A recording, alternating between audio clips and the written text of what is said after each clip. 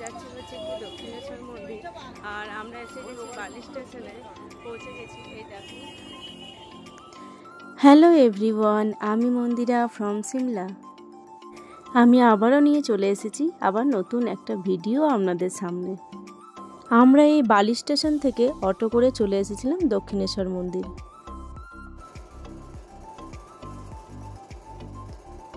আমরা এবার প্রবেশ করছি মন্দিরের ভেতরে। মন্দিরের চারিদিকটা অপূর্ব সুন্দর লাগছে, খুব ভালো লাগলো। এখান থেকেই আমি মায়ের মন্দিরটা দেখিয়ে দিলাম। মায়ের মন্দিরের ভেতরে ক্যামেরা একদমই অ্যালাউ নেই।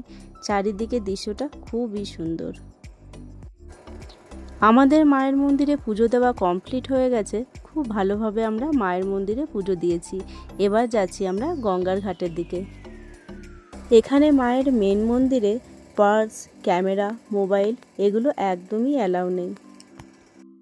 মায়ের মেন মন্দিরের বাইরেই আছে কাউন্টার, ওখানেই আমরা আমাদের জিনিসপত্র জমা করে ভেতরে প্রবেশ করেছিলাম। পৌঁছে গেছি আমরা গঙ্গার ঘাটে, আর চারিদিকটা দেখুন, খুব সুন্দর লাগছে। আমরা এই গঙ্গার ঘাটে কেউ স্নান করিনি, শুধু আমার হাজব্যান্ডের বন্ধুই করেছিল স্নান। আমরা যেহেতু পুজো দেব, সেই জন্য আমরা বাড়ি থেকে আমাদের স্নানটা সেরে এসেছি, আর এখানে একটু গঙ্গা জল ছিটিয়ে নিয়েছিলাম।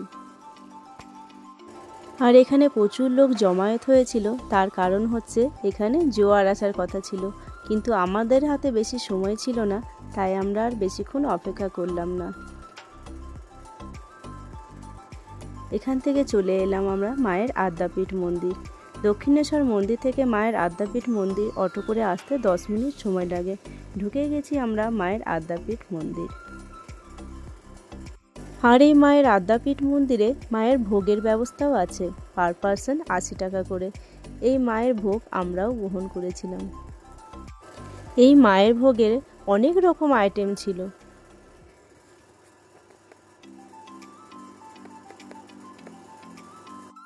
আমাদের মায়ের ভোগ খাওয়া হয়ে গেছে, কিন্তু দুঃখের বিষয় হলো আমরা এই মায়ের মন্দিরে এসেও মাকে দর্শন করতে পারলাম না। এই মায়ের মন্দির নাকি দুপুর 12টা থেকে বিকেল 6টা অবধি বন্ধ থাকে, আমাদেরও ঠিক জানা ছিল না। আমরাও ভোগ খাওয়ার পরে মন্দিরের চারিদিকটা ভালো করে ঘুরে দেখে নিলাম। মায়ের আদ্যাপীঠ মন্দির থেকে এবার আমরা অটো করে চলে যাব হচ্ছে ফেরিঘাটে। আমরা ওখান থেকে যাব হচ্ছে বেলুড় মঠ লঞ্চে করে।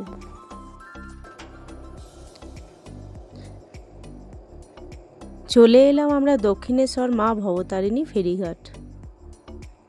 এই টিকিট কাউন্টার থেকে আমরা টিকিট কেটে নিলাম পার পার্সন 11 টাকা, 3 বছরের ওপরে ফুল টিকিট।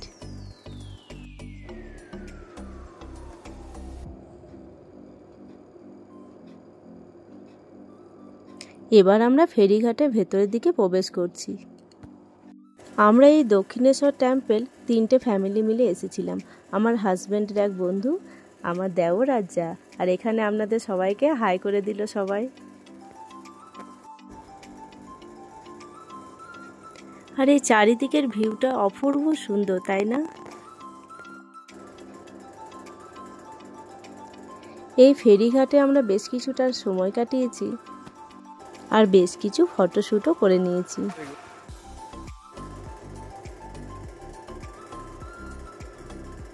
আর এখানে সবাই নিজেদের মতন ফটোশ্যুট করছে। বাইরে ঘুরতে গেলে একটু ফটোশ্যুট না করলে তো সত্যি একদম ভালো লাগে না, তাই না? এই দক্ষিণেশ্বরের ট্রিপটাতে আমরা খুব এনজয় করেছি।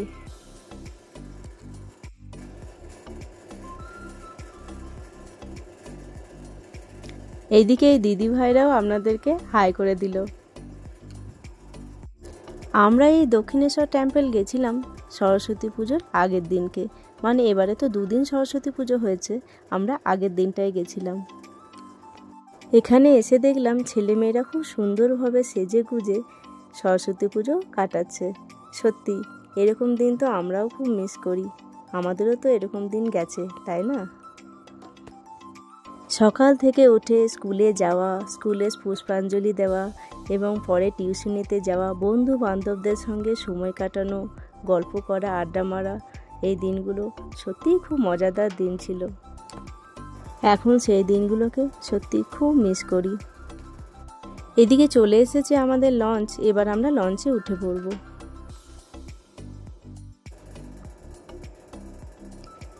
আমাদের এই দক্ষিণেশ্বর ফেরিঘাট থেকে বেলুড় মঠ ফেরিঘাট পর্যন্ত লঞ্চে করে পৌঁছাতে আধ ঘন্টা সময় লেগেছিল।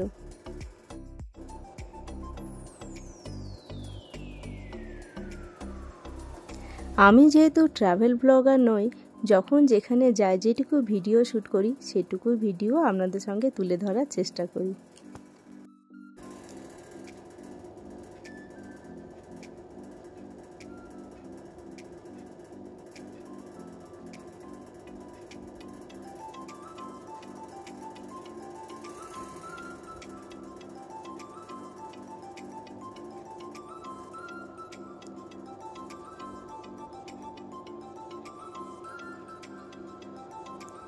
এই লঞ্চের ভেতর থেকে বাইরের দৃশ্যটা খুব সুন্দর লাগছিল। বেশ কিছুক্ষণ দাঁড়িয়ে বাইরের দৃশ্য দেখলাম, কিন্তু পাগুলোর অবস্থা সারাদিন ঘুরে ঘুরে খুবই খারাপ ছিল, খুবই ব্যথা হচ্ছিল পাগুলোয়। কিছুক্ষণ দাঁড়িয়ে থাকার পরে আবার নিজের সিটে গিয়ে বসলাম। প্রায় এসেই গেছি আমরা কাছাকাছি, আর এত সুন্দর লাগছে চারিদিকের ভিউটা, খুব সুন্দর লাগছে, তাই না? এবার আমরা বেলুড় মঠ ফেরিঘাটে পৌঁছে গেলাম।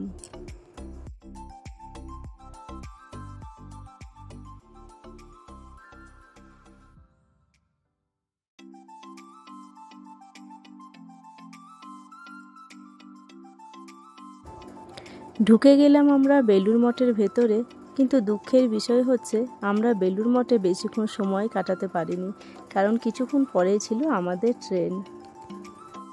ইচ্ছে আছে এর পরের বার যখন কলকাতায় ঘুরতে আসব তখন বেলুড় মঠটা পুরো ভালো করে ঘুরে দেখব, সঙ্গে আপনাদেরকেও নিয়ে আসব। আমাদের হাতে সময় খুব কম ছিল, সেই জন্যই আমরা শুধু দক্ষিণেশ্বরের ট্রিপটাই রেখেছিলাম। বেলুড় মঠের চারিদিকটা এত সুন্দর, কিছুক্ষণ বসে সময় না কাটালে আপনার মন একদমই ভরবে না। বেলুড় মঠ থেকে এবার আমরা বেরিয়ে গেলাম। এই বেলুড় মঠ থেকে লোকাল ট্রেনে করে আমরা হাওড়া পৌঁছে গেছিলাম। হাওড়া থেকে আমাদের পরবর্তী ট্রেন ছিল অগ্নিবীণা। আমার এই আজকের ভিডিও আপনাদের কেমন লাগলো অবশ্যই কমেন্ট করে জানাবেন। ভালো লাগলে লাইক, শেয়ার, সাবস্ক্রাইব করে দেবেন। ভিডিওটা আজকের মতন এই পর্যন্ত, দেখা হচ্ছে পরের একটা ভিডিওতে। ততক্ষণের জন্য সবাই ভালো থাকবেন।